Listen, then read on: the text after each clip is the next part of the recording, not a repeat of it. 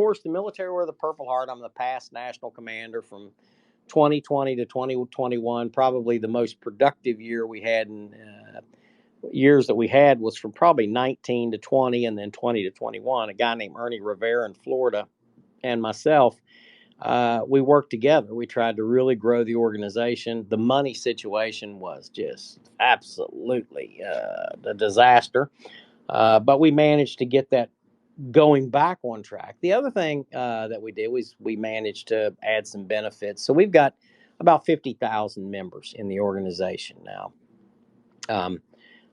We need more younger members. So all of you young Purple Heart recipients, if you're not a member of the Military Order of the Purple Heart, I would encourage you to join. You know, no excuses. Just go down there. I know a lot of them will say, well, they don't do anything. Well, then go there and do something.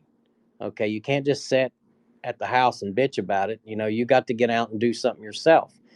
And this is me doing a call out to the 55 and under crowd, actually the 65 and under crowd, because there's a lot of veterans out there that were in this war and in the previous wars that have Purple Hearts and that can belong to the organization. They just got to go do it, you know, and you got to make something about somebody else and not just yourself. So there's a level of selflessness that's involved. The other thing is Vets for Vet Leadership. You know, we've got 69,000 members in Vets for Vet Leadership across the country. We've got state chapters in every state. Listen, man, there ain't a state in this country I can't make a phone call to and get a hold of at least 50 veterans very quickly. And that's a powerful tool to have, you know. And don't you think that I haven't put the call out on this World War II thing? And I'm sure, you know, that people will be upset about it, you know, but they ain't seen nothing yet. Yeah, I'm telling you, we're gonna hit Capitol Hill on this one because it's outrageous. And then you have Vets for Coal, which is an organization that I work with here in West Virginia. It's a veterans organization with that it deals with coal miners, but it's in West Virginia, Kentucky, um, uh, several states out west as well, Montana. So you know they're a little smaller, but about 20,000 members across the country, and then they added Patriots for Coal. So those that are not veterans but are just American patriots, you know, they have a chapter for Patriots for Coal, and you can go find that at vetsforcoal.com. You can go look that one up anytime. Then, of course, you have Matt Cody's unit or organization, the Oil and Gas Workers Association, and I was honored to accept a position on the board of advisors last week. You know, another voluntary position, but you know, there's 67 to 70,000 people in that organization. It's growing. So let me tell you, they were the first energy association to come out and openly endorse Donald Trump for president 2024. They're going to endorse several others. There will be some key races, gubernatorial races. West Virginia's picked up some steam. Nevada's picked up some steam. Arizona is a key state. Obviously, Texas is always one of those. Pennsylvania, Virginia, Kentucky, Arkansas, Florida, and I don't have all the lists, but there's members in every one of those states. And the cool thing is that you're seeing it grow, and it's more than just about the oil and gas. It's about American values. It's about, you know, workers and business owners that own, you know, these small businesses, these small trucking companies and gas and oil companies, that they have a voice. You know, they don't always have that voice with these other huge associations that have went to Washington, D.C., and they've just blowed up like a tick on a hound. You know what I mean? They've just sucked the blood. And it's now they're at a point to where they just sit there and do nothing, kind of like a tick, you know, once it gets totally full on the back of a hound dog. And really it's time to pluck them off and get new organizations in there that are actually going to do something. And I think the Oil and Gas Workers Association is one of those great organizations. And of course, I'm a member of the VFW, the American Legion, the Disabled Veterans of America. I'm also part of the Wounded Warrior Project, and let me just say that there was a period of time which which they had some problems. They had some financial problems. It's been about 10 years ago. They got some new leadership in there, and let me tell you, they've really got that thing running. I want to say thank you to the Wounded Warrior Project, because they have really turned things around, and they're doing a lot of great things for our wounded and disabled veterans. The other thing is Willing Warriors. Willing Warriors is an organization in Virginia, and they do a retreat for combat wounded veterans. And it's right there at Manassas, the first major land battle of the Civil War. And they have a real cool location. If you've never been there, you've never heard of Willing Warriors, check them out. And let me just go into. I'm trying to think of some of the other ones out there, so I don't leave any out. But there's so many out there. There's Warriors in Action, Wounded Warriors in Hey, Action. James. Yeah, yeah.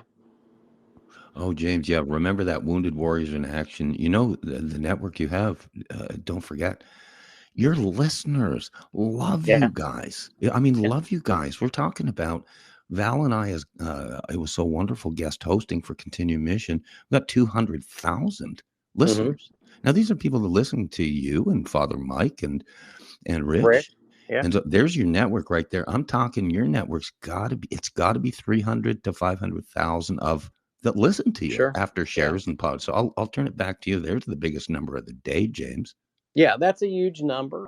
Then, of course, you expand that on the LinkedIn. So I am professionally on the LinkedIn, and I'm on this Twitter X. But I, I don't get the swing on here like I get on Facebook and on LinkedIn. I'll just tell you, and it's just because, um, you know, um, yeah, I think a lot of it has to do with, if I could put something really kooky out there, like I support, dogs mating with cats, then they probably would jump all over this, and they'd say, oh, this is a great thing. But it's, I'm not into that. I'm into the righteousness. I'm into America, patriotism. And if you're not, then we just have nothing in common. I've had conversations with anarchists that absolutely, want to see the downfall of the American government. Some of them want to see the downfall of the American government so that they could replace it with socialism. The other would like to see it downfall to remove the corruption and reestablish a new government. Well, I'm not into that either. Um, I, I am all about the U.S. Constitution. I am a constitutional conservative, 100%. There's no doubt about that. I believe that people should have to work to earn their way. I believe that there is a responsibility to duty to this country, and part of that duty, most of that duty, is to obey the dang laws and do the right thing. Look, man, if people just obeyed the basic laws laid out, uh, we wouldn't need to constantly go and change laws to protect this demographic or this demographic. Oh, that's a hate crime. Let me tell you something. Anytime you go and you beat the tar out of somebody for whatever reason, that is a hate crime, period. We shouldn't have that measured because you're gay, you're white, you're black, you're Asian, or whatever. As a matter of fact, because of those hate crime laws, we've seen the watering down of normal assault and battery laws out there. So it's like, well, they probably did it because they felt offended. Well, now that's bullcrap, man. When you go over and you put your hands on somebody, you violated the the basic principle of freedom.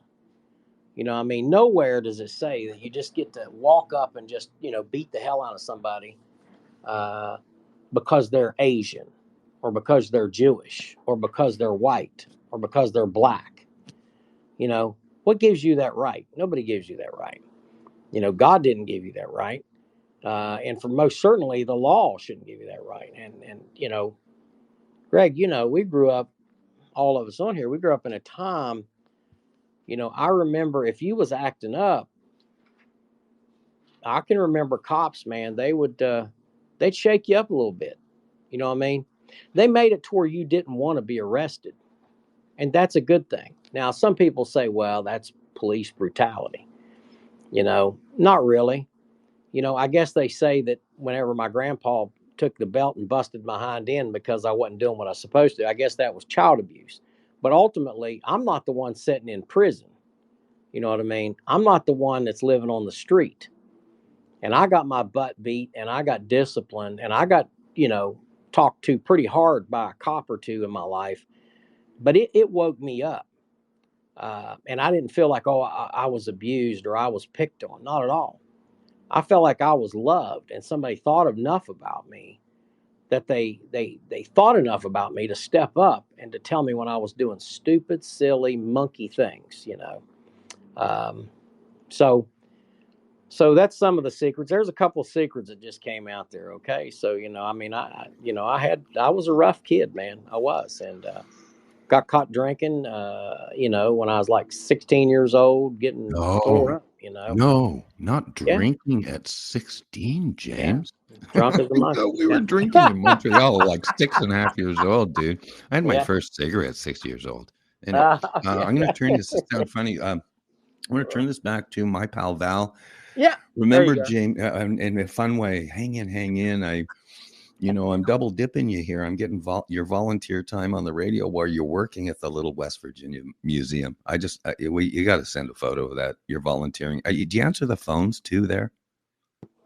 I do, but listen. Let me tell you something. Everybody likes to talk to my wife more than they like talking to me. Heather is like, Well, that makes sense. they're like, I'd boy, rather that talk to your woman's wife really than you. nice. Yeah, she's really nice. She smiles all the time, but that guy in there, I don't know. Yeah, as the old Quebec humor, I'd rather talk to your wife than you, James. Like say hi to your wife and my kids, right? Yeah, that's right. You devil. Once again, Val Wolfen's lost control of her facilitation here. Back to you, Val. Seriously. Thank you, Captain. Okay, seriously, salutes to your guys. You know this. I'm a broken record, but salutes to your guys back there, the 50,000 guys, and Rich and Father Mike. This is really an amazing, just kind of team of resources. And here I am sitting on my own show, wearing the multi hats. But you already told me secrets I didn't know. I mean, I talk to you almost every day, James, whether you like it or not. I talk to you every day. But I'm going to turn it back to Val here to really facilitate stuff. How fun. Maybe a quick intro to IT Wendy. IT Wendy, what I'd like her to do, I really would like her. I want to have her talk about natural design, but the 4 categories. I'm really looking at that. There's 2 people on this show. Actually, there's 3 people on this show. We're going to exclude James here, where Wendy actually has her profile, our human design profile, done kind of like horoscopes in the old days, kind of like blah blah. I love it. Credit scoring in the old days. I knew about that 20 years before it became known. But back to you on that, Val. Thank you, and thank you, Captain. Seriously, thank you for that time. That was really good stuff. You got it, buddy.